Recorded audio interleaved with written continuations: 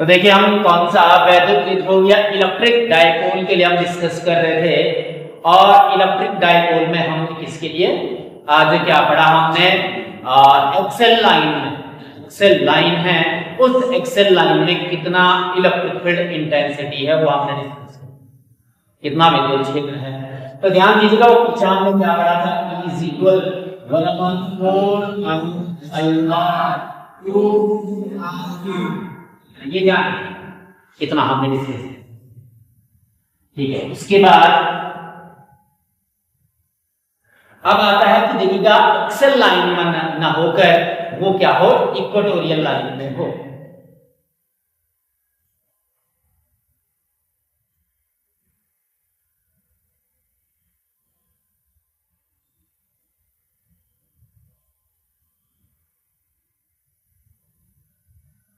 विद्युत क्षेत्र की तीव्रता और कहां के लिए, अगर हम कहें किसके लिए, निरक्षीय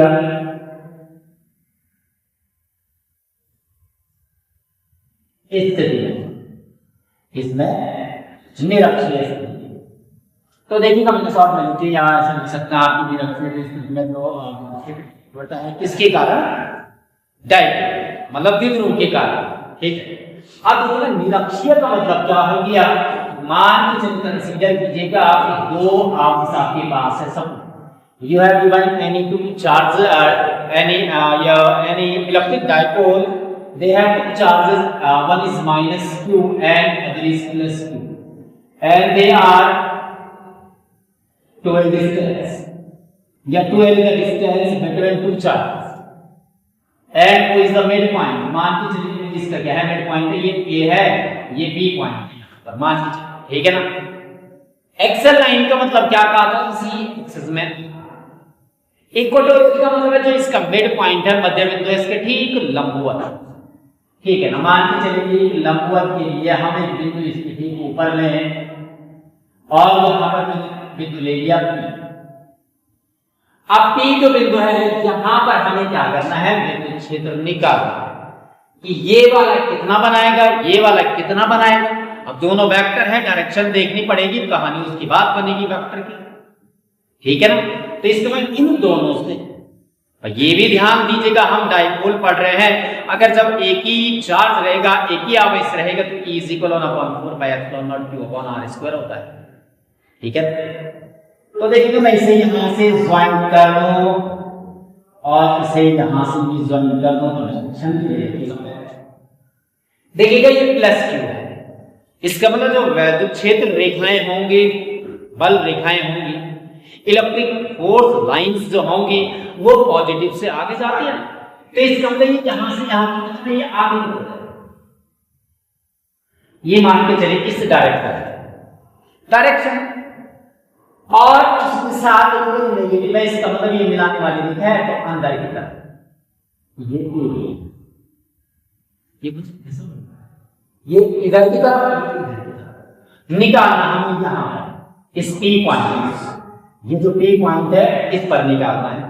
तो पीछे देखिएगा मैंने क्या बताया था, जब दो वेक्टर की होंगे, ये दो वेक्टर हैं, ठीक है ना, ये इसका हेड है, ये इसका टेल है, और दूसरा वेक्टर इस प्रकार से कनेक्टेड है इसके साथ कि इसका हेड और दूसरे का टेल।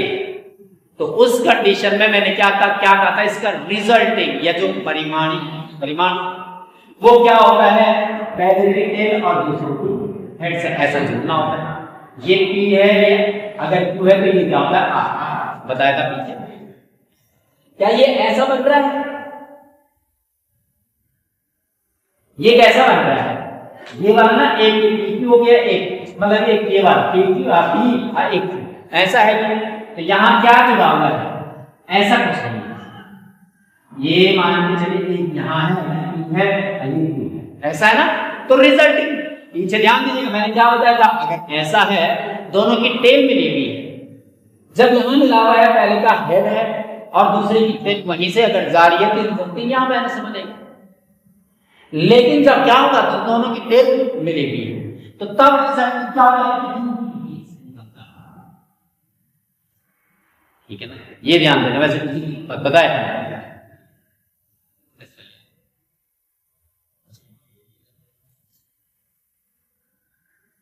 ये समझ गए। तो यहाँ पर देखिएगा इस वाले केस में देखिएगा यहाँ भी सेम की कंडीशन है। इसका जो रिजल्टिंग होगा, क्योंकि यहाँ पर ऐसा नहीं कि भाई देखिएगा E1 और E2 को निकाल देंगे और जोड़ देंगे, कहानी खत्म नहीं, वेक्टर है भाई, ठीक है ना। तो वेक्टर लॉ को सेटिस्फाई करना चाहिए। तो इसका भाई रिजल्टिंग इसका क्या होगा, ये मान के चलिए E है, ये हमें निकालना है। बट E1 और E2 ले डायरेक्शन वगैरह जो भी है आगे डिस्कस करेंगे। तो अब मान के चलिए मैं थ्योरिकल यहाँ पर नहीं बता रहा हूँ, वही था थ्योरिकल, आपने वही लिखना है कि मान के चले जो ये क्या है वैद्युत द्विध्रुव है, उसमें प्लस Q और माइनस Q है, जिन्हें 2L दूरी पर रखा हुआ है, लिखना है। और वो इसका क्या है, ठीक है। मान लीजिए मध्य बिंदु O से लंबवत, क्या लिखना, लंबवत एक बिंदु और R दूरी पर स्थित है। कितनी दूरी पर स्थित है, R दूरी, ठीक। बात लिखेगा। इसके बाद यहां से R दूरी का मतलब O से निकलना एक ही बराबर पूरा A से लेकर B तक हमने लिया है। अब बात अगर इतना करें A और O, AO कितना होगा, OB भी बराबर होगा और ये मतलब ये वाला जो पोर्शन है कितना होगा भाई, अब हम डिस्कस करेंगे, ये भी हम कहें ये भी L ही होगा।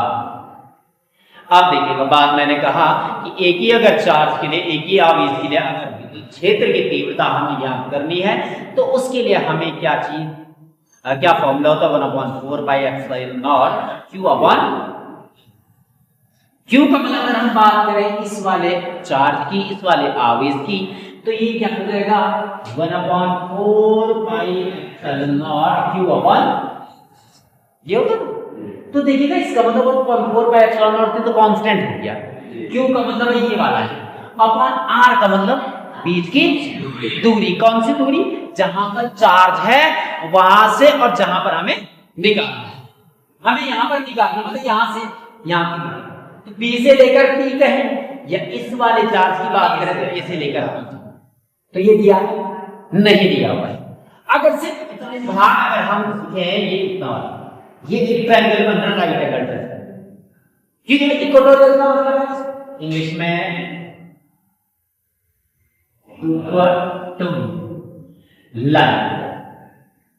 इक्वेटोरियल लाइन होता है।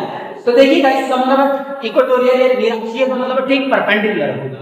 तो यहाँ पर ये 90 बन रहा है, तो ये वाला एक क्या बन रहा है, राइट एंगल ट्रायंगल मतलब समकोण त्रिभुज बन रहा है। अब समकोण त्रिभुज बन रहा है, ये वाला हो गया आधार, ये क्या हो गया लंब। हमें कर्ण तो हम निकाल सकते हैं पाइथागोरस प्रमेय से, पाइथागोरस थ्योरम से।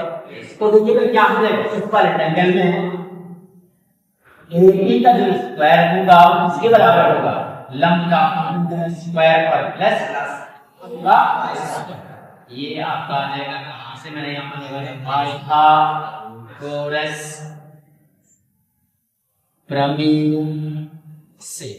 ध्यान दीजिएगा बेटा, अगर नहीं कंफर्म है तो क्या होता है, कर्ण का वर्ग बराबर समकोण त्रिभुज में कर्ण का वर्ग बराबर लंब का वर्ग बराबर, ठीक है। तो इतना वाला समकोण त्रिभुज है, इधर वाला तो कर्ण का वर्ग, लंब का वर्ग और आधार, ठीक है। तो कर्ण तो हमें निकालना तो कुछ भी रहेगा। अब ये देखिएगा r का वर्ग क्या रहेगा, a स्क्वायर पर वहां तो a भी बराबर, इसको तो वर्ग के लिए कितना है, वर्ग के लिए कितना है, वहां तो यहां से वर्ग हटा देना r स्क्वायर, ठीक है। ये सही। अब देखिएगा ये AB कितना है, A से लेकर Q तक। अब हम इस वाले त्रिभुज की बात करें इधर के लिए, तो यहाँ देखिए लंब वही L है, सॉरी लंब आधार तो वही क्या है L है, और लंब तो वही है। तो यहाँ जो आधार था ये यहाँ जो लंब था इसके लिए भी सेम है। तो कुल मिलाकर के हैं BPB वही होगा, वही क्या होगा BPB, ठीक है। अब हम निकालेंगे इसके लिए विद्युत क्षेत्र P1। तो देखिएगा आवेश प्लस Q के कारण P पर विद्युत क्षेत्र कितना होगा, तो यहां पर आ जाएगा E1 बराबर क्या देगा 1/4 पाई epsilon naught q upon r square. r square का मतलब bp का स्क्वायर। अब bp देखिएगा कितना है तो स्क्वायर कितना है, ये वाला कितना r स्क्वायर प्लस रूट नहीं लिखा मैंने क्योंकि यहां तो स्क्वायर आता ना, इसका मतलब है कि तो ये है इसका स्क्वायर करेंगे तो रूट हट जाएगा। ये निकल गया आपका, मान के चलिए तीसरा। अब देखिएगा इसी प्रकार माइनस क्यू के कारण कितना हो जाएगा, a2 बराबर इधर वाला है माइनस किया तो क्या हो जाएगा अपन 4 pi epsilon naught q upon बीच की दूरी तो उसके लिए वही है, ये हो जाएगा r square plus l square, ठीक है। और ये हो गया कितना 14। अब देखिए दोनों में तुलना करो, दोनों सेम है ना, समझ में आ रहा है। अब देखिएगा सेम है तो अब यहां पर देखिएगा वेक्टर वाला फॉर्मूला लगाएंगे, पर उससे पहले ध्यान दीजिएगा, मान के चलिए कंसीडर कीजिएगा ये वाला जो कोण है ये थीटा है, तो ध्यान दीजिए थीटा है तो ठीक नीचे वाला क्या होगा, ये भी थीटा होगा। जो इसका रिजल्टिंग है वो उसके ठीक बीच से निकले, उसको दो बराबर भागों में काटेंगे। अब ये ध्यान दीजिए ये रेखा इस रेखा के भी क्या होगी, समांतर होगी, समांतर होगी तो ये भी इतना कोण भी थीटा होगा। अब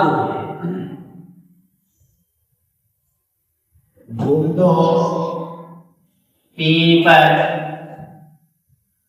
परिणामी विद्युत क्षेत्र, तो परिणामी विद्युत क्षेत्र क्या होगा, E vector E1 plus A2। अब यहां पर ध्यान दीजिएगा वेक्टर के लिए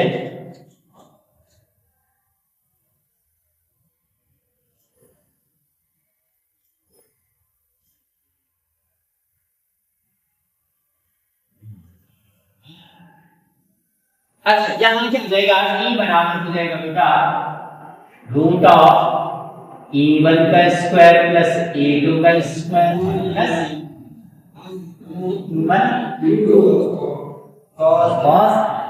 अब यहां दीजिए थीटा भी नहीं आएगा cos।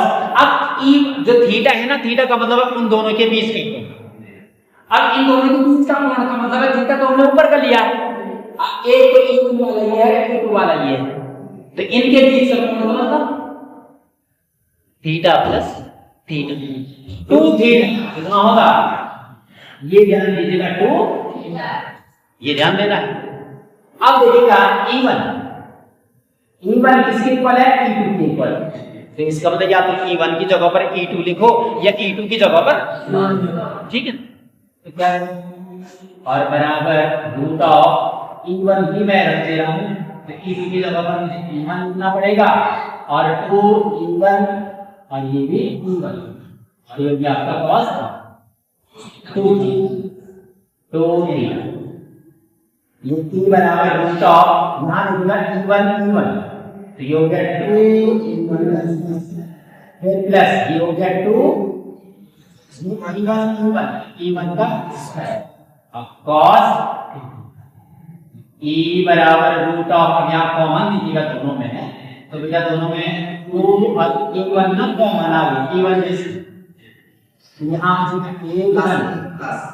cos 2 ये तो कॉमन आ गया ना, ठीक है ना, इतना कॉमन आ गया।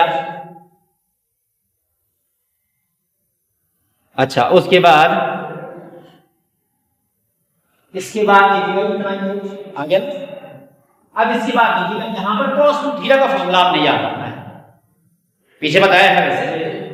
देखिएगा cos 2 थीटा है, मैं यहां पर इसे क्लोज कर देता हूं। अब यहां से देखना जो cos 2 थीटा का जो फॉर्मूला होता है, एक तो फॉर्मूला होता है cos square theta minus sin square theta, एक होता है एक cos 2 थीटा का फॉर्मूला क्या होता है 2 cos स्क्वायर थीटा माइनस 1, एक cos 2 थीटा का फॉर्मूला होता है 1 माइनस 2 sin स्क्वायर थीटा, इतना फॉर्मूला है, ठीक है। अब यहां पर जो बात ध्यान देना है मैं उधर बता रहा हूं। अब यहां पर देखिएगा कौन सा लगाए हैं कि सबसे पहले हमें रूट हटाना है। रूट हटाने का मतलब है जब ये 1 हटेगा, ये 1 हटेगा तो इसका मतलब है क्या हो जाएगा, ये रूट से हटना पॉसिबिलिटी है।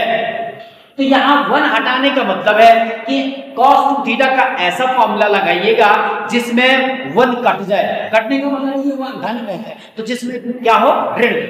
ऋण किसमें है, ये वाला। तो cos 2 थीटा का मतलब ये है, ये cos, ये 2 cos स्क्वायर है, स्क्वायर अलग होता है, 2 थीटा अलग होता है।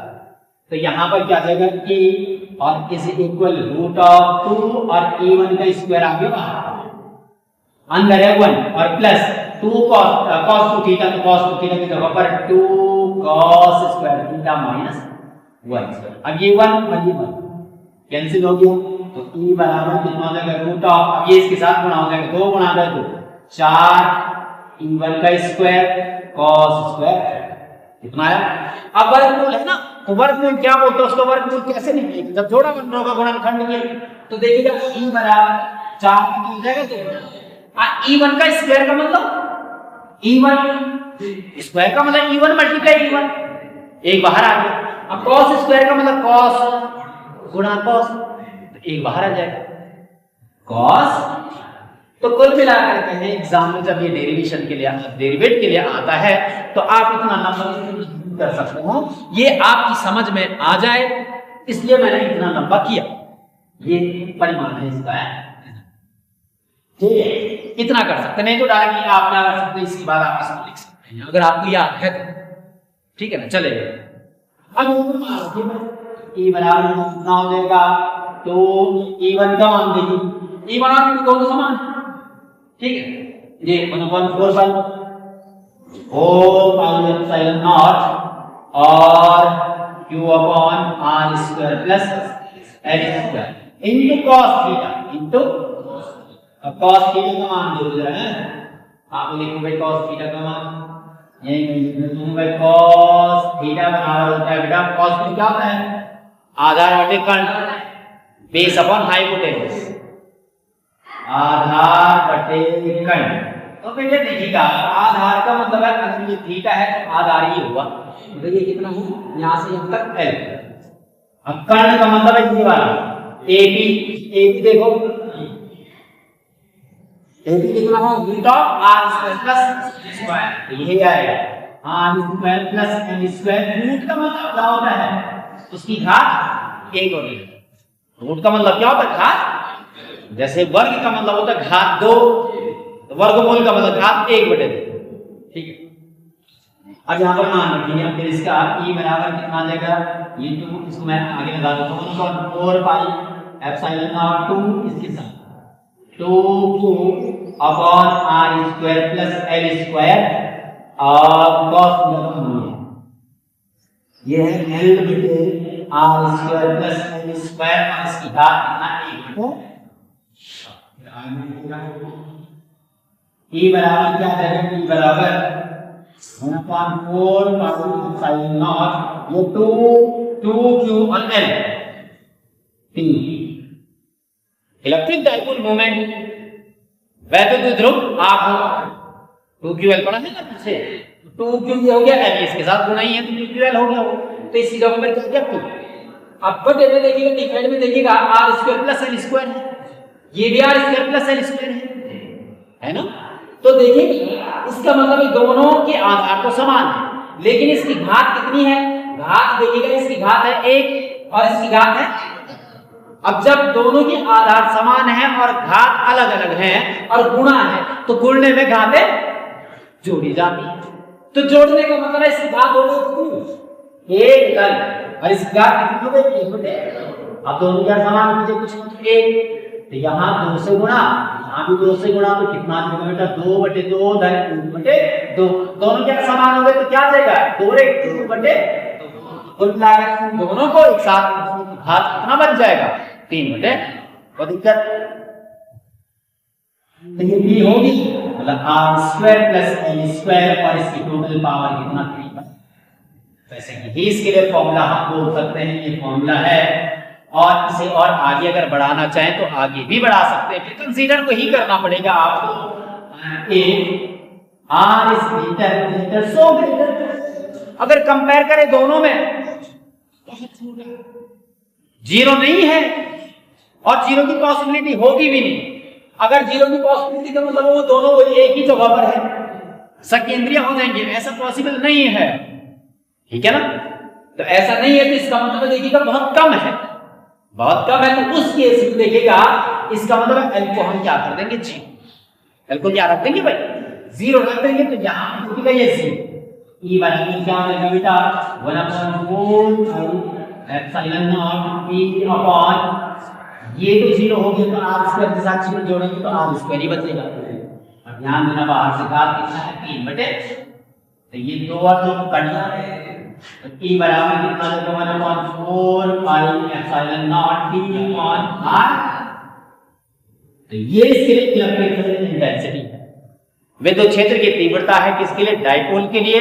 लेकिन कहां, जब वो कहां होगा, इक्वेटोरियल में होगा। कहां होगा, इक्वेटोरियल, मतलब निरक्षीय स्थिति में। निरक्षीय का मतलब ठीक जो उसका मध्य बिंदु उसके लंबवत, और r उसकी क्या है, उसके मध्य बिंदु से दूरी। ये भी आपको ध्यान देना पड़ेगा, इसमें जो सिंबल्स यूज किए हुए हैं वो क्या चीजें हैं। तो अब यहां पर देखिएगा, जो पीछे हमने पढ़ा था, पीछे हमने कौन सा पढ़ा था, कौन सा पढ़ा था पीछे, अरे अक्षीय स्थिति के लिए पढ़ा था। अक्षीय में देखिएगा लगभग ऐसे ही था, जैसे यहाँ पर क्या था। इसका मतलब क्या हो गया कि जो अक्षीय स्थिति में है वो दुगना बनता है, इसका दुगना बनता है। अब एक नंबर में ऐसा क्वेश्चन पूछ सकते हैं भाई कि निरक्षीय स्थिति में कितना बन रहा है, इलेक्ट्रिक फील्ड इंटेंसिटी जो है मान के चलिए बोल दे कि 10 न्यूटन पर कूलम बन रहा है। निरक्षीय स्थिति में इक्वेटोरियल लाइन में तो एक्सल में कितना होगा, ठीक है ना। तो जितना वहां बन रहा है इसका मतलब उसका दुगना कर देंगे। ये नहीं कि हाँ आप फॉर्मूला लगाएंगे 1/4 पाई एप्सिलॉन, नहीं, ये भी आपको रिलेशन पता होना चाहिए दोनों का संबंध कितना है, दोनों कौन में से ज्यादा है। या ऐसा भी पूछ सकता है कि क्या एक वैद्युत ध्रुव, एक नंबर में क्वेश्चन पूछ सकता है कि वैद्युत ध्रुव जो है क्या करता है, अक्षीय स्थिति और निरक्षीय स्थिति में 4 ऑप्शन दे दिए, विद्युत क्षेत्र बनाता है। 4 ऑप्शन क्या दे दिए, दोनों समान बनते हैं, ठीक है ना। दोनों बोलेगा निरक्षीय स्थिति पर ज्यादा बनता है, या बोले अक्षीय स्थिति पर ज्यादा बनता है, ऐसा बोलेगा बनता ही नहीं है। ऐसा कुछ 4 ऑप्शन दे दिए, तो किस पर ज्यादा बनता है, अजय किस पर बनता है ज्यादा, हाँ अक्षीय स्थिति पर ज्यादा बनता है। किससे, किससे बनता है, इससे बनता है निरक्षीय स्थिति से। ये तो पढ़ रहा है, अक्षीय और निरक्षीय तो पढ़ा है, ठीक है ना। इससे कितना ज्यादा बनता है, 2 गुना ज्यादा, ठीक है ना, निरक्षीय स्थिति का 2 गुना, ठीक है ना। तो ये कंडीशन है इसके लिए, ये ध्यान देनी है आपको। ये देखिएगा ये जो पैटर्न है ये किसी में काम नहीं आएगा। अब अभी इसके बाद हम क्या पढ़ेंगे, वोल्टेज के लिए पढ़ेंगे। किसके लिए पढ़ेंगे, विभव पढ़ेंगे, पोटेंशियल पढ़ेंगे वहां। तो उसके लिए भी ऐसी आएगा कि जो डाइपोल है वो डाइपोल क्या करेगा, जो है कि एक्सल लाइन, यहां वहां कंबाइंड वाला एक्सल इक्वेटोरियल आएगा दोनों। और भाई देखिए इस बार क्वेश्चन भी दिया हुआ था उसमें, यूके बोर्ड में इस बार क्वेश्चन दिया था कि जो पोटेंशियल के लिए, किसके लिए, पोटेंशियल विभव के लिए, जो इक्वेटोरियल लाइन मतलब निरक्षीय स्थिति पर कितना विभव बनता है, ठीक है ना। तो वहां भी आएगा ये चीजें। मैग्नेट हम पढ़ेंगे, चुंबक हम पढ़ेंगे, तो चुंबक में भी आएगा ये कि चुंबक में भी क्या हो गए भाई, 2 पोल हो गए ना, वो सेम कंडीशन बनेगी, 2 पोल नॉर्थ और साउथ, ठीक है ना। और दोनों का मान के चले हम ये कहें कि दोनों का जो परिमाण है वो समान है, दोनों की जो पोल स्ट्रेंथ बोलते हैं वहां पर वो सेम है, ठीक है, पोल स्ट्रेंथ सेम है। पर देखिएगा नॉर्थ और साउथ दोनों अलग अलग तो है ही ना, विपरीत नेचर तो है ही, ठीक है ना, अपोजिट नेचर तो है ही उनका। तो इसका मतलब है वो भी कुछ ऐसे ही टाइप है, वहां मैग्नेटिक टाइप है, वहां मैग्नेटिक टाइप, वहां ऐसी आएगा, वहां भी अच्छी आएगा, निरक्षीय आएगा, ठीक है ना।